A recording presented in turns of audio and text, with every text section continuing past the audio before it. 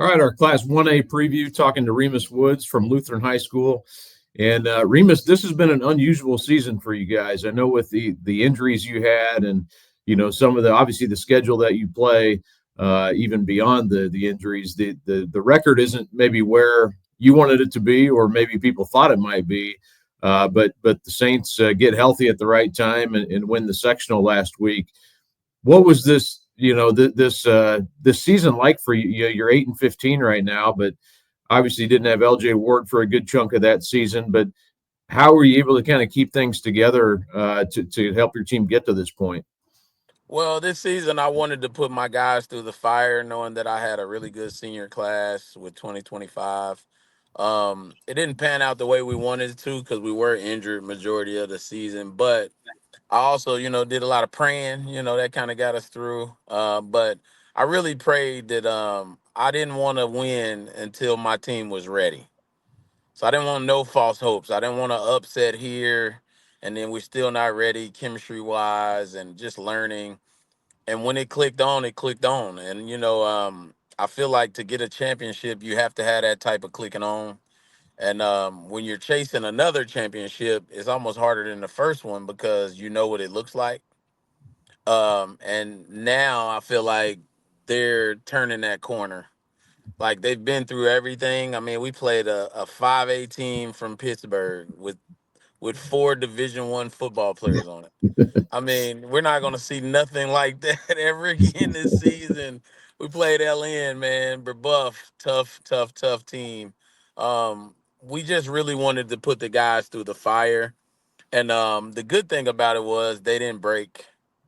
Like, cause easily they could have broke with this year, as far as the regular season. But I kept telling them the goal is not seasonal. I'm the only one that hold losses, and it's okay. I'm okay. I'll be fine. My job's fine. Lutheran loves me. I'll be good. But man, the main goal is to cut nets down and bring trophies home. And the first mission was accomplished. Well, of course, it was the 2023 season. You guys won a state title against, had a good run there. Obviously, beat Lagodi in that semi-state game, beat Bloomfield in the regional. You had a lot of close games that year. Greenwood Christian, I remember in the sectional championship. But you have some guys on this team who were part of that run, including LJ Loescher. Obviously, was part of that run as well. So you've got guys who've kind of been in the fire before, but how does that maybe help you when you get into this, this game on I should have mentioned too, you're playing in the Martinsville Regional on Saturday against Yeah. Hauser. Yeah. My fault for not mentioning that up front, but that'll be a great game, obviously, 1 o'clock at Martinsville. But going back to my question, Remus, how do you kind of look at that as far as the experience maybe helping you guys with some of your main guys Um, haven't been in those battles? Anytime you have to play at Lutheran in a sectional, it's very, very, very loud. And it's a very, very, very hostile environment, and that is definitely a way that you have to play to get through it. And it's a tough sectional. Greenwood Christian is always there. Now Metro's there. It comes down to a battle on Saturday night most of the time, and the seniors were able to calm us down when we needed it.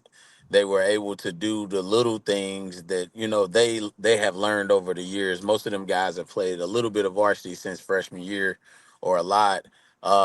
They were able to help our younger guys, JT Jackson, helping some of our younger guys kind of get around, TJ Clark, and just keeping them on the prize, eyes on the prize.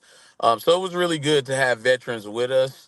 And veterans also know when to turn it on. I mean, we watch the NBA every year, and you watch the regular season, and it's okay. And then the playoffs is amazing. And I feel like that's kind of what the 2025 seniors have done. They've turned it on. They're focused. They're working hard. We have a strong set of juniors behind them, and they're everything's kind of gelling at the right time. I always want to get hot late. Pat Rady, my mentor, he tells me get hot late, baby. That's what you want. You want hot late. He said nothing else matters. So all season, he was calling me like, "You okay? You okay?" And I'm like, "I'm cool, Pat. I remember what you said. Get hot late." And that's what we want. We wanted to get hot late. Well, and you did. You beat Providence Cristo Rey in the what I guess was the semifinal game there, and then beat Metropolitan, which I saw them play around Christmas time at the Lebanon tournament. Really a good team, a physical Really good team. team.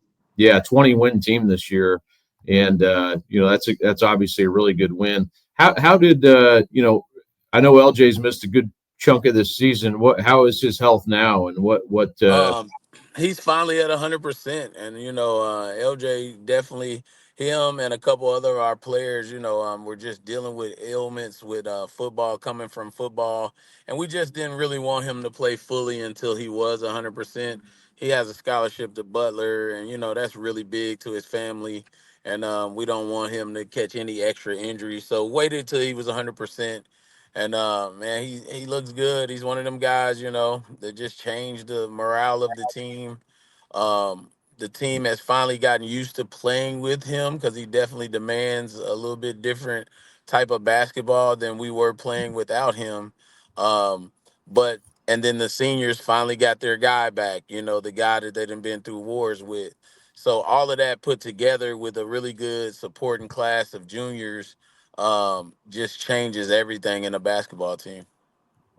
And you've got a guy, Jared Harris, who I know, freshman. Saw him in the summer. Hard to believe he's a freshman. Just a physical specimen. Yeah. He had a really good sectional. Just talk on him a little bit and what he's meant for you guys this year as a freshman. Well, it was one of them things where you had to watch a young kid grow up. He came to us at 14 years old, and a 14-year-old is a 14-year-old. On the varsity level, it's tough, it's hard, it's moving a lot faster than you're used to playing. But he's grew up so much, like so much, till now, and his physicality in the game, his competitive nature in the game, he's soaking up everything from the upperclassmen. And now, they kind of got him down as the little brother. Like, hey, little brother gonna make a mistake here and there, but he gonna make a big play too. And we love him. And it's really great to watch a group finish their time at a school and leaving a school in a really great place, and a guy starting his time that can potentially take the school to another place. So he's doing really good. Amazing. Amazing competitor. Like I said, he plays with a lot of fire and passion, and it just has really good God given abilities. And I know you've had a chance to. You actually went down to Martinsville today to for the regional meeting. But when you look at this opponent, and I know it's only Tuesday and you're still scouting, but what do you see about Hauser maybe that is concerning, or what kind of makes that team tick? Well, any regional game is concerning. So, True. they're a 20 win, 20 plus win team led by seniors. They play fast. They shoot the ball really well. We're gonna just try to see how we can stay in it, man. You know how it goes. We're gonna Playing the see how we underdog can role. stay in the matchup, man. But they've had a tremendous season. Anytime you can get over 21 wins in a season, man, no matter where you're at in the country, especially in Indiana, man, you have a really good team. And our thing is just to see, what tweaks can we make to make them do what we like to do. And I know, kind of similarly to you, they did lose to some 4A team, lost to Columbus North, a 4A team, and Batesville, a 3A team, and South Ripley, which is the number one team in 2A. So they played a Yeah, really tough schedule as well. So yeah, maybe not the Marion County schedule, but still very very good competitive schedule. yeah, definitely, definitely. Remus, what's your week like? I mean, how do you kind of get ready, and do you try to keep things pretty normal, getting ready for a regional game? We try to keep normal, but at the same time, get these guys a little bit of rest because we know long days, long nights, been all season, and it ain't that much to teach no more. Yeah. So beginning of the season, you're trying to have practice as late as possible. You're going over late, and now you're like, man, what do I have to teach these dudes? They know what they're doing. Half the stuff you do, coach, we know it. Coach, we know it. So really just getting a lot of reps and some conditioning, making sure we're ready on that side of things, and really taking the IQ part, getting that going, and watching tons of film. We got the whole season. We're watching I the got to whole ask. season. I got to ask you lastly here, and I'll let you go. Are you still sitting down on the bench this year? Is Uh, that still the modus operandi? 100%. 100%. I mean, I trust my guys. I feel like if I trust my guys, I can't argue with the refs. I can't be arguing with the refs. I'm trusting my guys, paying attention. And I really feel a player led team is a tough team to play. So, That I'm going to was stand on that, man. That's going to be my career. for the background on that. I noticed a couple of years ago, Remus would always sit no matter what during the game, and I just thought it was unusual. So I asked him and wrote a little story about it. But not many are follow that kind of that idea. But I just thought it was Yeah. interesting. So I was It's curious if probably you're one of still your doing biggest stories, man. I think it's still going pretty tough. it. It's still circulating out there. Yeah, it So, is. Somebody told me about it the other day. You're the coach that sits. I was like, oh, yeah, that's me, man. So, yeah. So I definitely appreciate that. that's awesome. Well, thanks. I'll let you get going here, but I appreciate you popping on and joining me. All right. Thanks a lot, brother. You bet. We'll see you. Well, now joined by Justin Blanding of University High School, and University gets through, wins the Class 2A sectional 42 at Park Tudor, and a pretty balanced field there. Justin, you guys are able to beat some different teams, different style of teams. You beat Covenant Christian by 10 on Tuesday, beat Monrovia on Friday, and then take out Ritter on Saturday by 18 points, which I think that's probably a little bit of a surprise on the discrepancy of the score. But when you look at that sectional, Justin, how just winning that sectional title is something in itself. And we'll talk about your regional matchup here in a minute. But how do you kind of go about getting your team to this point and preparing for those three, like I said, kind of drastically different teams? Yeah, it's a lot of prep. Most of the coaches in the area know and understand that. Just a lot of time, a lot of attention to detail. I think that's probably the most important thing, and getting your team to make sure that they're paying attention to those details. Like you said, we played three really good teams, and the sectional this year, sectional 42 was extremely competitive. All the teams in there were good. A lot of us are common opponents. We play a lot of common opponents and stuff like that. So, it's I know for me, just being in this profession for a long time and coming from a coach's family and stuff like that, you just really appreciate competing like that.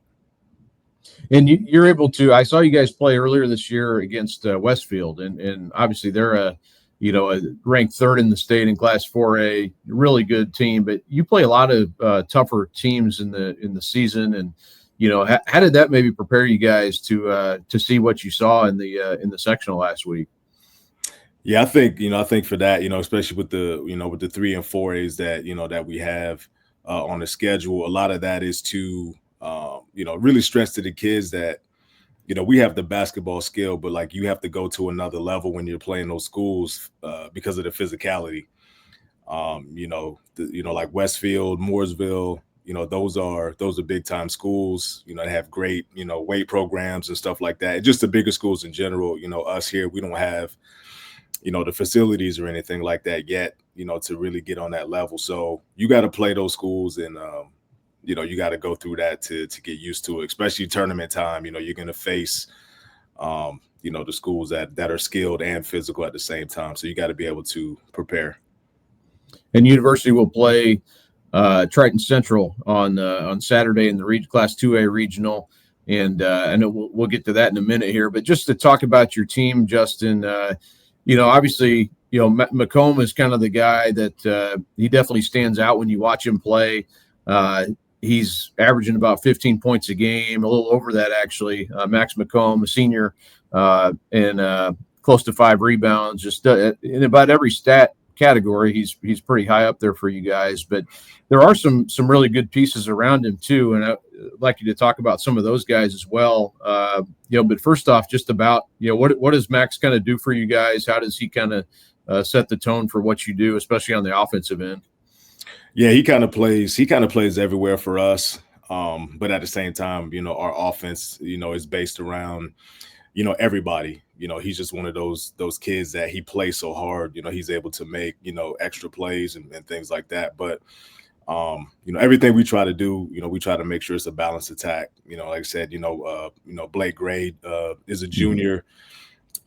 He's really skilled. This is actually like his second year playing varsity basketball, really. And last year, being a sophomore, he had his big brother Bryce with him that's playing at Hanover. And so now he's kind of coming into his own and, playmaker, good shooter. Faisal Muhammad, this is actually kind of his first year playing varsity basketball. And so, we got a lot of guys like that are still trying to figure it out, but are playing well, coachable kids. Cooper Kamick's been great for us in the middle, with his size and physicality, his leadership. And so, but really want to talk about Zion Bland, our senior. He's played the most. He was here when our previous coach, resigned, was still here. Mm-hmm. So he's been on the team the longest. And so, he's our glue guy. He keeps us together. He's the ultimate teammate. And so, a lot of people, wouldn't be as humble and as generous as he is. But he's all about winning in the team. So that's kind of what we're about over here. You need those seniors, and especially the ones who are willing to take on those roles. And I always find that interesting how that seems to be the case with teams that make it this far in March. Is seniors who just kind of do what they're supposed to do. Mm-hmm. Yeah, you need senior leadership, and I think it's an important thing. It's actually something I've never done, but I named captains so early. To where those guys had, 1 or 2 years, especially when, in the transition year and things like that. So I think that's really helped us. But yeah, you can see, if you're watching our games, those guys down the stretch, Max and Zion, they've made some big plays. And I think a lot of that is just their experience. Well, talk about a little bit, Justin, about your transition to coaching this team, because you're obviously in the program or in the school coaching the girls, and then come over to the boys. And how was that a pretty seamless transition for you to be able to do that, and what kind of led you to wanting to make that transformation?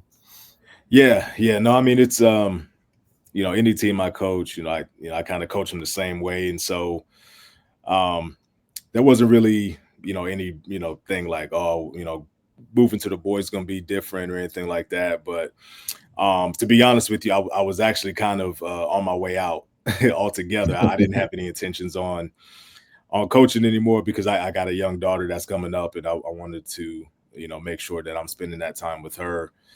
But just the kids, when Coach Lafferman resigned, the kids came to me right away and said, "Hey, we need you." And so when you have kids that actually want you to do something, it kind of hits you. So decided to do that. And last year we had a great group. The seniors were great, but it's always tough in the transition year. And so everything from philosophy to just system, they had to get used to it, where they've been doing something the same way for the previous 3 years. So so last year was a struggle at times, but only because of the transition. But going from the girls to the boys, I don't really approach anything any different than I have in the past. I wanted to ask you too. You play Triton Central. I had a chance to watch them against Roncalli back in whenever that was, January maybe, December possibly. I can't. It kind of runs together at this point, but a very good team that they have some size, good guard play, and obviously a coach who's won, I don't even know how, 600 something games. So knows what he's doing. So, but what do you see? I know you've had a chance to look at him now, as we are here on about the middle of the week, but how do you perceive Triton Central and what they bring to the table against your guys? Yeah, from experience playing Triton Central, even on the girls' side, they're going to be disciplined. They're going to do what they do, and they're going to do it well. Like you mentioned, they got really good guard play. They got multiple glue guys that keep them together. They play extremely hard. Even watching some of their games, I enjoy how they play. So, it's going to be a battle. Like I said, their guard play is definitely their strength, in how they shoot the ball. So yeah, we're just trying to prepare the best way that we can, and coach over there, he's been tremendous for Indiana basketball. So it's an honor to also be able to be on the same sidelines as him. And just kind of lastly here, Justin, as you get ready to play this game, just what's kind of the mood around the team and the school right now with being able to accomplish this sectional title? Yeah. The kids feel good. I'm sure it's, for anybody else that's still alive in the tournament, your kids, they really get anxious to play. So they're not really into practice too much. They're just ready to play the games, but it's been good. We had some injuries early. Josh Henderson, sophomore, he was hurt for us early in the year. And then we had, some other injuries, and then the flu hit us really hard. So now everybody's in practice, everybody's healthy. Like I said, they're ready to play, especially now because, all the giggling and laughing and goofing off. So, they're ready to play. Yeah, probably everybody early in the week. It's a little, you feel excited that you even get to practice another week this week with all the teams who won a sectional. Again, that game will be 1:00. University against Triton Central should be a really good game in Class 2A. And two teams. I think I actually picked you, Justin. I'll say that I picked you to win the sectional. So I'll. I saw that. I knew I liked you. I'm just saying, but should be a good game against Triton Central. But Justin, appreciate you coming on here and joining me, and good luck on Saturday. Sure. Appreciate you having me. You bet. Thanks. Well, welcome my next guest here, Adler Ingalsbe from the Brazil Times, and Adler has the joy of covering two teams that are making deep tournament runs this year, but he's going to be covering Clay City. But Clay City and Northview both making deep runs into the tournament this year, making runs at least to the regional. We know, Adler, but what's that like? I mean, I know you're covering Clay City kind of from here forward, but must have been a fun year for you to have these two teams to cover. Yeah, I was talking to somebody earlier today, and it's been an awesome winter. I feel like every time I go to the gym to cover a game, it's a win. So it makes my job a lot more fun when everybody's happy and everybody's celebrating. And honestly, everyone's made history. It's been a historic season for both Northview and Clay City this year. And it's been a lot of fun for me too. Northview's in 3A. We're talking mostly on this podcast about 1A, which sounds perfect for you because you're covering Clay City, kind of moving forward here. And I was lucky enough, and I went down to Clay City and watched these guys play actually twice. The Bloomfield game down at Bloomfield, where it was a really close game I guess I was in January. But Clay City able to pull that one out. And then beat Bloomfield again in the sectional semifinal by 6. The first game was, I believe, by 4. But this Clay City team is a special group, as you know. 10 seniors, ranked number 1 in the state. Chris Ames, kind enough to kind of let me follow the team around that night. And definitely a team that I think he has a lot invested into. And he's known these kids since elementary school as their teacher, and probably for other just family, some families he knows also, but just a cool story Clay City's got going here. And I should mention too, they'll play Northeast Du Bois in the regional at 4 p.m. on Saturday. And, but just kind of to talk about this team a little bit, and you're the man. When I go down there, like Adler knows everything, so you're the man to talk to about this team. But did you think, Adler, that this was this was maybe the season that they could break through? Oh, for sure, yeah. It's been like a slow burn for this group to get to this point, and you've seen them a couple times. They've got the height, which not all 1A schools have that. And one thing that's really come on strong for them here lately, the three-point shooting, and that's something that I think I told you that night. If teams are going to try to beat them, they're going to pack in the zone and dare them to shoot the three. Well, they made 11 threes in the sectional championship game against North Central. They made 9 against Lighthouse. They shot 53% throughout the whole tournament. Like they're cooking right now. They got it going. And something that Chris Ames talks about a lot, this team, that they genuinely are good friends off the floor. And you get a sense of that when they're on the court. They play for each other. They root for each other. They want everyone to succeed. And I think that goes a long way, Yeah, I think you're right. You could feel that for sure. They're not a team where I don't think necessarily anybody cares about I scored 18 points or I scored 0. I think it's kind of, yeah. it's a unique thing. And Ethan Edwards, though, I wanted to ask you about him because he just went over 1,000 points for his career, and they call him Dog, I know. But what can you say about him? What does he mean for the success of that team? Yeah, I mean he is the center of that team.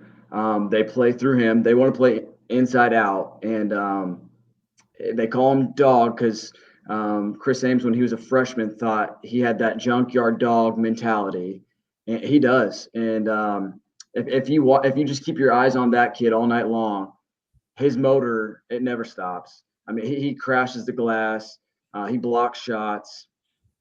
He doesn't take a lot of shots, which is the one thing for him to get to 1,000, which was pretty cool because I think he puts up 8 or 9 shots a game, but he's efficient. He makes a lot of shots. I think he's shooting 71 or 72% from the field this year. Yeah, I mean, he's a great kid. He's smart. I think he's either right up there for valedictorian. Yeah, he's the real deal. He is it. Yeah, everything kind of runs through him. But then, also Adler mentioned some of the other guys that, I know as people watch this team and assuming they continue to move on, might be curious about who some of their leaders are. But like I said, Chris was saying that night, I don't know if any team in the state has 10 seniors. It's pretty unusual, but you don't have to name all of them. But who are some of the other guys to kind of look out for with this group? Yeah, Bryce Wyram, he's a 6'4" combo guard forward. They use him as a guard. He's become their leader of the team this year, and he can shoot it. He's a lefty, long, lanky lefty. He had 24 points against Lighthouse, had 23 against North Central. He's really good. Mason Camp, he's got a very interesting story. Exclusively JV player his first 3 years. Now he's starting for the number 1 team in the state. It was from day one. Like he came into the summer, he grew 2 or 3 inches, and he worked his butt off. They had some injuries. He took the spot and he never gave it back. They start Wyatt Johnson, a point guard. He's not going to shoot the ball. Mm-hmm. He wants to distribute, and he does the dirty work for them.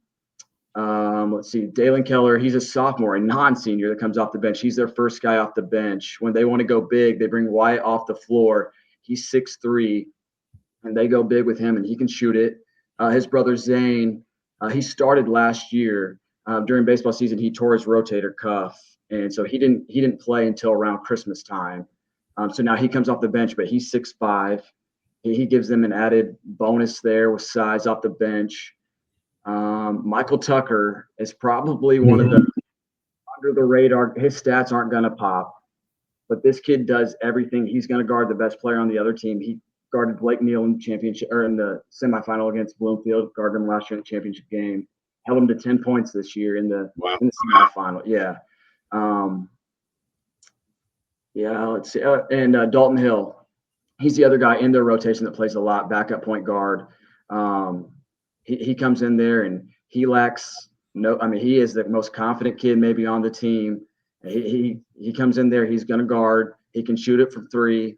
They're deep. That's one thing that makes them really, really good.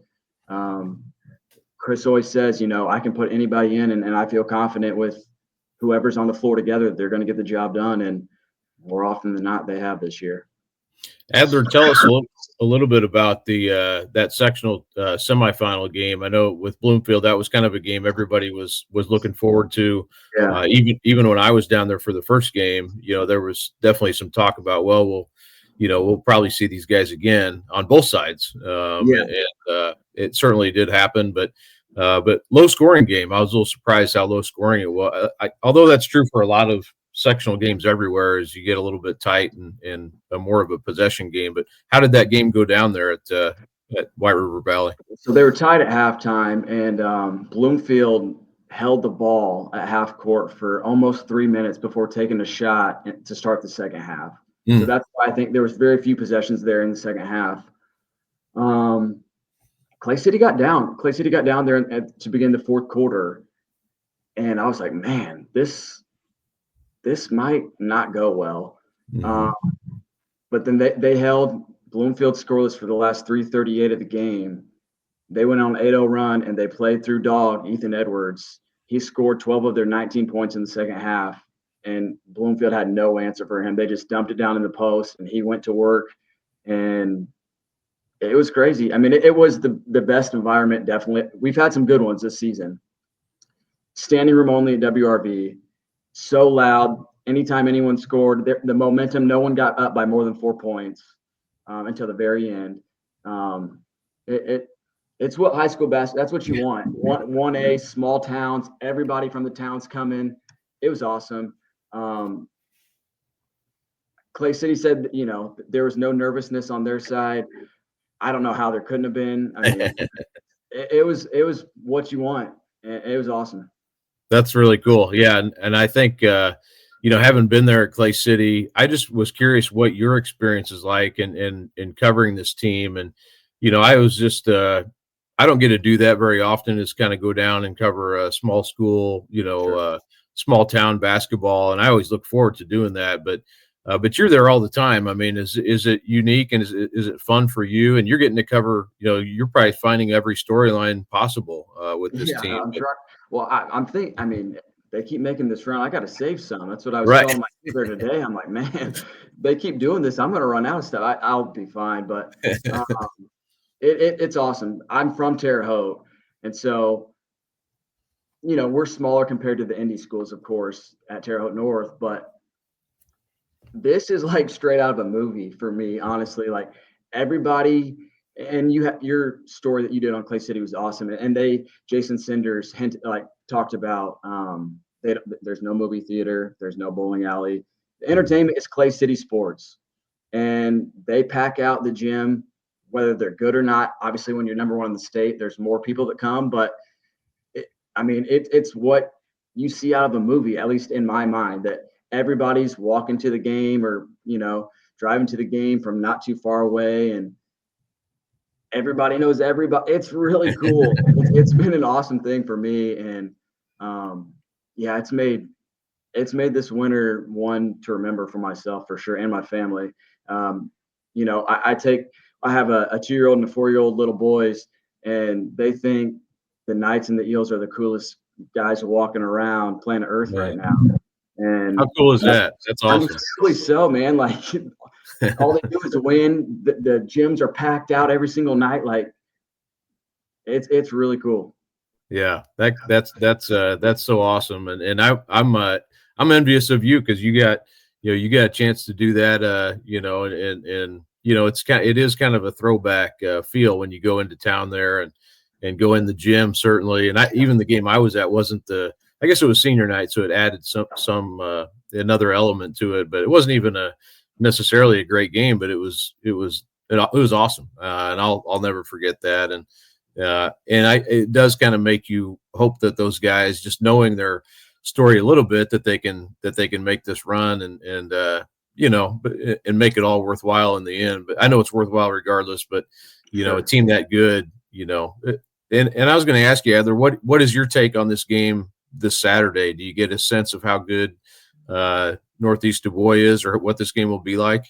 So a lot like Clay City, I can't find stats on Northeast Du Bois anywhere. You can't find stats on Clay City either. Chris Ames keeps them tight to the vest. From talking to him, I was at practice with them on Monday. He views them a lot like themselves. And the way he described them, well coached, play really good defense, handle the ball. They're not going to turn it over, and they're going to give themselves a shot to win it at the end. And as Chris Ames was saying that, I'm like, you're kind of describing yourself. So yeah, like that's a good description, because that's them. They give them a shot every single night. They're at the end, they got to have a shot to win. And I know John Harrell has him projected to win by double digits, but he does not like that down there at all. Yeah. And he's trying to he likes that underdog mentality, and they're trying to keep that up right now. And they seem super loose on Monday, which that's great. He said something interesting. I'll say this. They got to the regional last year, lost to Bethesda, and they got blitzed in the second half. Bethesda turned up the pressure, and they couldn't handle it. And Chris said he thought they had to go through that to be prepared to deal with what being on this stage this year. And he thinks that they're ready to go because of that. And I would have to agree that, they've been in some big games this year. They've won some championships, some holiday tournament championships. They've won a sectional. They've won on the road. I think they'll be ready to go. Well, that's great. And that game is at Lagodi. Did they play there last year? Was that game also at Lagodi last year? Was that Washington? Okay. Yeah. So a different venue, but same round where they lost a year ago. Yeah. Clay City again. Adler joining me, and he covers the Clay City Eels for the Brazil Times. 24-1 on the season. The only loss of the year was to Northview, actually, in the early part of the season. So, but since then they have not lost a game, and pretty cool story unfolding down there. I'm curious too, Adler, like what the 1A semi-state will look like, because out of the South, and I talked to Remus Woods of Lutheran earlier on this program, actually on this show, and they're a weird team this year. That they're 8-15, but very talented. They've got some guys coming back, so you could have a lot of different types of teams in that semi-state. Not to look too far ahead, but could be really interesting once that happens. Yeah, I haven't looked too far ahead to that, so I can't really comment on that. But yeah, it'd be interesting. It's kind of what Northview just went through. They played Speedway with 3 wins, and they gave them a run to begin the game. Obviously, the score was not indicative of what the beginning of the game looked like, but you just never know this time of the year. Someone might find something and it clicks, and you get it going. I don't know. It'll be interesting. Well, enjoy this. However long this lasts, and I know Northview's going to have a tough game on Saturday, but Clay City's got a chance, I think, to at least play it one more week and give you a whole nother batch of stories to write potentially. So that's the hope, man. That's the hope. Well, there you go. Thanks again, Adler Ingalsbe, joining me, and if they continue to run, I'd love to have you on again. Yeah, sounds good. I appreciate having me. You bet. Thanks for coming on. Yep. Thanks. Well, I'd like to thank our guests for coming on and joining me on the show today. We're looking forward to the 1A, 2A, kind of do this as a combined 1A, 2A preview for the regional coming up here. But wanted to touch on all the games in 2A and 1A just briefly, some in a little bit more depth, and others that may not be, just kind of to touch on them. But Remus Woods joined me from Lutheran. Justin Blanding from University, and Adler Englesby from the Brazil Times, talking about Clay City mostly. Thanks to all three of them for joining me here. But just to kind of go through it, I think one of the best games actually is going to be in 2A at North Judson. That is Fort Wayne Bishop Lures and Gary 21st Century. Actually, when I did kind of the breakdown of the best games of the week, in the regional round. This was the number one on my list. I think it could decide maybe who wins the state championship or decide who comes from the north. Lures 21-6, Gary 21st 19-6. Both those teams play really competitive schedules for their size. So this is a game where, the records may not look like they're state champions, but certainly the talent on these teams really stands out. The Truesdale twins from Lures, I've seen them play, not during the school year this year, but I've seen them play in the summer. Draylen and Darion, both very good athletes, very good players, averaging between them almost 30 points a game and about 10 rebounds and several steals and assists per game. They've got some pretty good. Danny Kelly's a senior, and Aylin Taylor also Ale Taylor also a good player for them, a junior, and Carmani Davis. So they were a 2021 team last year. Ended up losing to Blackhawk Christian in the sectional championship, but Blackhawk Christian now, of course, in 3A. So Lure's a good opportunity here, but very good Gary 21st team. They're ranked number 6, and their best player, Terrence Hayes Jr., I've seen him play a few times, very dynamic, about 21 points and 8 rebounds a game, about 6 assists as well, so he can really go. And then Ronald Mosley, Jacoby Donaldson, Demetrius Williams, some of their other top players. Very high-scoring team. You would think this would be maybe a fairly high-scoring game back and forth there in North Judson, but that is a really good game in 2A. That game at North Judson, like I mentioned, other 2A games in the north. You have Jimtown and Westview. That'll be a Triton. Jimtown 15-10, Westview 18-7. Of course, Westview seems like they're always making pretty good runs in the tournament, and that's a program with obviously with a lot of history. You got through Central Noble to win that sectional, and I would probably favor Westview to win that one. Also in the north, you have Western Boone. I went out to Western Boone and wrote about their team. Dustin Oakley got that team through this year. Was hoping for a winning record and some other goals along the way, and kind of thought that might happen before they would get their sectional title. But pretty cool. They're 11-14. Got through their sectional there, beating Seeger pretty handily. Beat Delphi by 2 in their first game there to win the first round. And they'll play number 1 Wapahani. So obviously, you're a lot of you run into a pretty much of a brick wall there in Wapahani. But Wapahani made the state finals last year and have quite a few players back. Matt Luce does from that group a year ago. No Isaac Andrews, but a lot of other players from that team are back. So that'll be a real difficult challenge. One of the better games of the night too will be, or of the day, I should say. This was in Logansport. Manchester and Tipton. Manchester 22-2, Tipton 19-6, and Tipton again, got through that really tough sectional. Grady Carpenter, outstanding player for Tipton, and they beat Taylor, Sheridan, and Frankton. So 3 really good wins. Beat Sheridan, I thought might be the favorite there, but they're able to knock them out by 5 in the semifinal, and then beat Frankton by 1 point in the championship there. Frankton had beat LaPel, so that was a really balanced sectional, really tough one. Gavin Benton, the top player for Manchester, they are,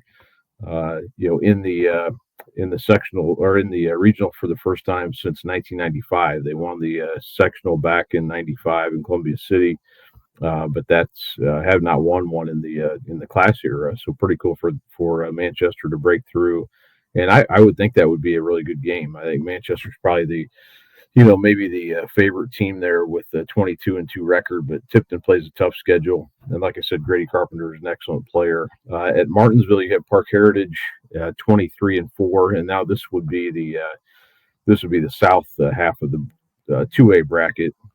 Park Heritage, again, a team that has been really good for a while now. They got into the semi-state last year and lost to Brownstown in a pretty close game. It was a 10-point game.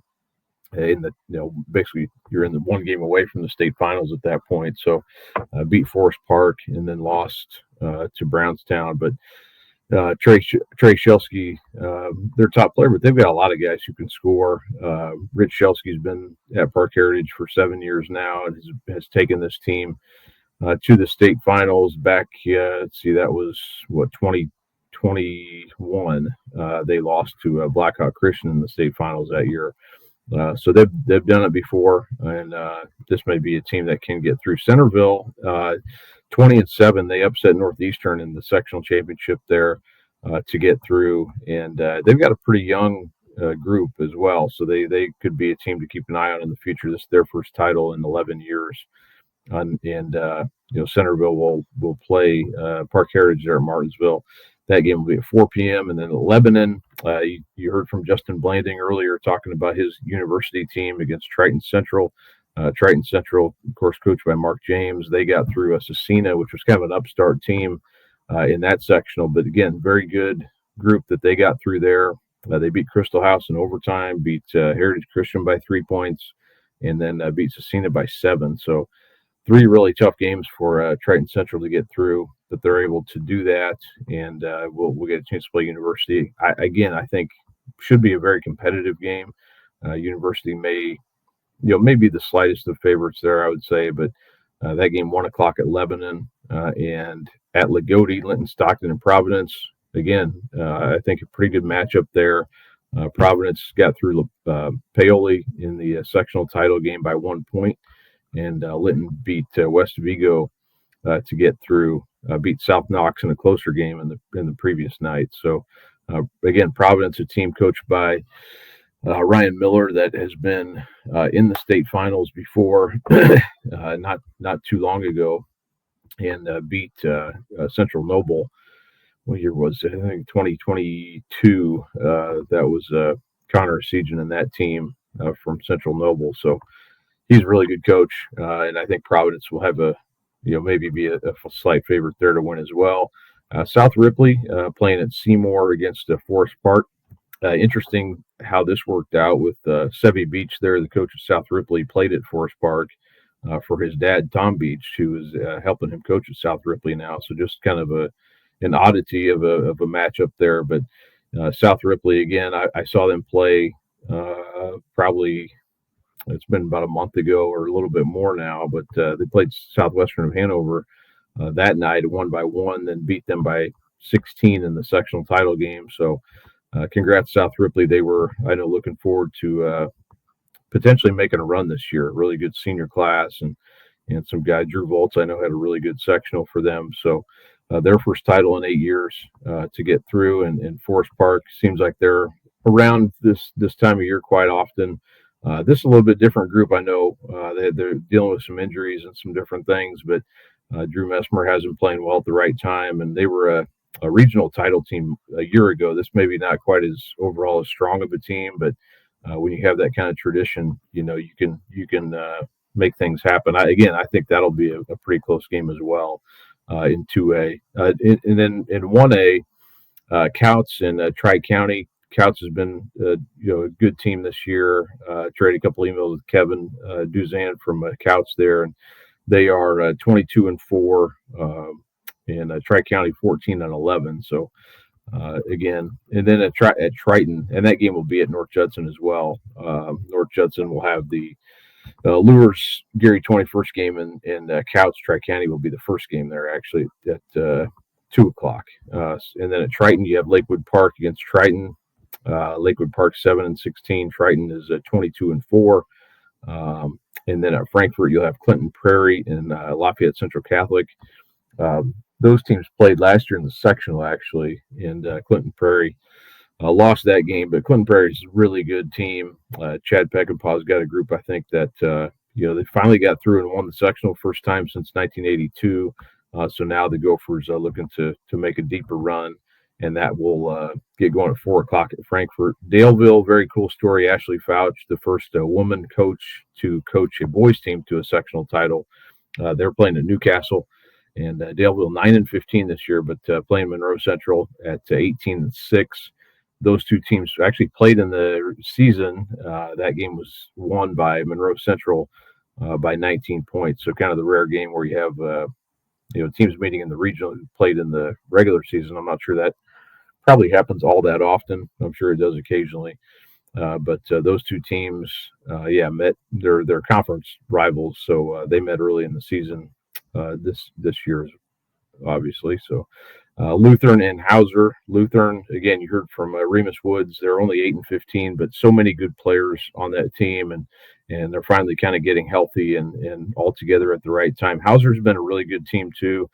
Trent Moorhead there in his third season, and Hauser, ranked highly. They're like I said, 23-3, and have only lost to teams that are above them as far as enrollment goes. South Ripley was one of those teams, Columbus North and Batesville. So all teams in higher classes that they've lost to this season. Then at Greenfield, you have North Decatur and Liberty Christian. Liberty Christian, very good team, athletic. They'll get after you, kind of an up-tempo type team. I've seen them play on video a couple times. And so I'm playing person last year in the tournament. Lagodi will have Northeast Du Bois and Clay City. Mentioned Clay City. We've talked about them. I would say they're a pretty significant favorite there. But again, these teams, a lot of these teams don't have much as far as competitive common opponents go. So you're kind of going just based off, what you know about the teams. And then at Seymour, 4:00 at Seymour, there it'll be Christian Academy in Orleans, and again, that should be one of the best games, I would say. I mean, I post his top 10 games of the day. I mean, who knows? I'm just kind of going off what I think. I had this one as the third best game of the day. Orleans ranked number 4, and this is their first sectional title under Tom Bradley in 10 years. He is in his 26th year overall. Went down a couple of years ago and did a story on Orleans and Coach Bradley there, and been there a long time. He's done a great job, and I think they were kind of looking to this year as potentially being a year where they could make a run, and obviously they've done that in their history before too. But place with a lot of basketball history. Christian Academy is a team led by Josh Renfro, who's going to Marion, one of the better shooters in the state. About 46%, over 20 points per game, and they've got some other good players. David Cook is a senior for them included, and they played a lot of. They're 14-1 against other 1A opponents. So, they've played some good teams in the season as well. So that should be, I would think, a kind of a toss-up type game there at Seymour. So those are some of the better, those are all the games, actually, some of the better ones in 2A. I think South Ripley Forest Park also will be a good one.